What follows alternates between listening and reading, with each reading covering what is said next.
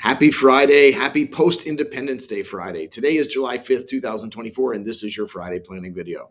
I hope you had a great 4th of July. And look at that, we are already at the weekend.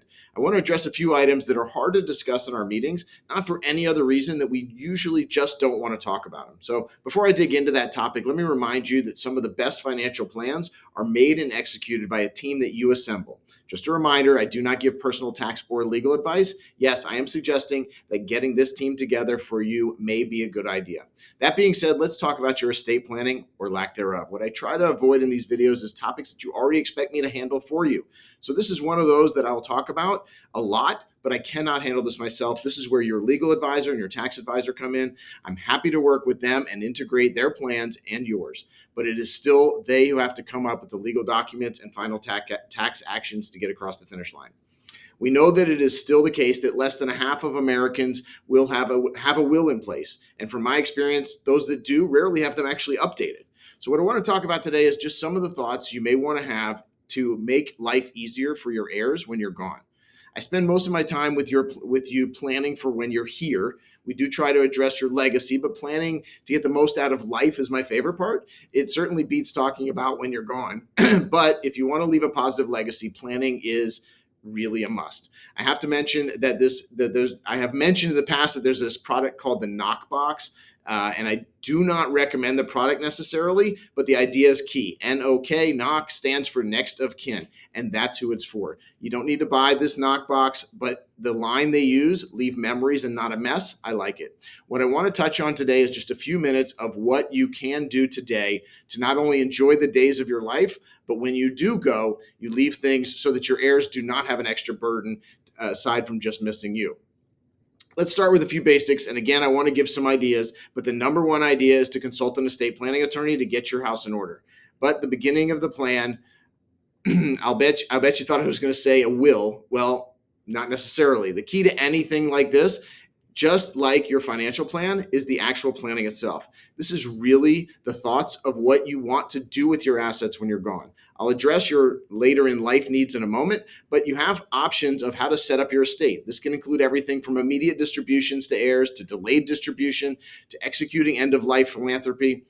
I have to admit, going into this is hard, and this is why I will keep it short today. But please don't let this fool you into believing that it is not so important. I'm sure you all have heard the stories. The loss of a loved one is the time to come together, not be torn apart. And I will suggest that the more you do ahead of time, the better chance you have of that. So this means doing so many of the things that we do discuss in our meetings, as well as these videos. Asset location, please review your assets, how they're titled, and especially retirement accounts that have beneficiaries set up. It's also so important to if you hold your stocks with the company itself. If you have that old blue chip stock held in dividend reinvestment plan, yes, these holdings still happen. If you have that, as we've seen in the past few weeks, even with clients here, the tales from the front line, those often don't get wrapped up in the first run or second or even third run. So recently we had a long closed estate come across a few stocks. It's costly in time and often money to handle that at a later time. So this is the time to not only have a good accounting of all your assets, but have them all titled correctly. There's a recent Wall Street Journal article highlighting the difficulty of being executors. So that choice is important as well. I've always spoken about the importance of your heirs knowing of what you want to happen in your later life. The more they know, and if it can be written, even better, the smoother these hard decisions can go. The last items I want to address are how, in addition to communicating your wishes, getting your legal house in order, and setting everything in its proper place, what you can do today to make those later years better. This is where your investment plan comes into play. As we move into the third quarter of this year, please help me to help you as we work to set up all of your life event needs. The checklist is long, but let's lay a bit of it out. Plan for education costs. They will come regardless of where and how. Is a better chance than not that some of them, that there will be some qualified education costs that come along. If so, saving early is a great way to make those days easier. Plan early for long-term care. This is something I've spoken a lot about already, and I will keep doing so. When you plan for this early, it should go a long way to making those later decisions go better. Not easier, but better. So for so much of your life, you receive a paycheck monthly or every 2 weeks. Then you plan to retire, and what then? There was a time that you would just stack your income in retirement, Social Security, pension, and other. But today, in most cases, there's no pension to add there, and there's plenty of worries about Social Security as well. This brings into play the possibility of using insurance to set up some permanent income streams. This is something that can be addressed with a portion of your assets, but it can be a great idea for the right situation, a replacement of sorts for that paycheck.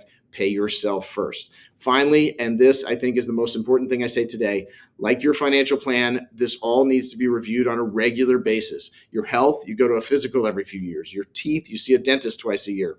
Your car, well, I won't compare this importance to your car maintenance, but seriously though, if you're going to set an alarm or a reminder to check the oil every 3,000 miles, maybe it's prudent to at least have a little reminder to check your plans. I'm here to assist. Let's pull the insurance policies, the long-term care policies, old and current retirement plans, and even the kids' college plans. They all need a look, and we should do that together and bring the rest of your team to help you plan for later years. For now, please keep in touch, check these items on your list, and let's review them together.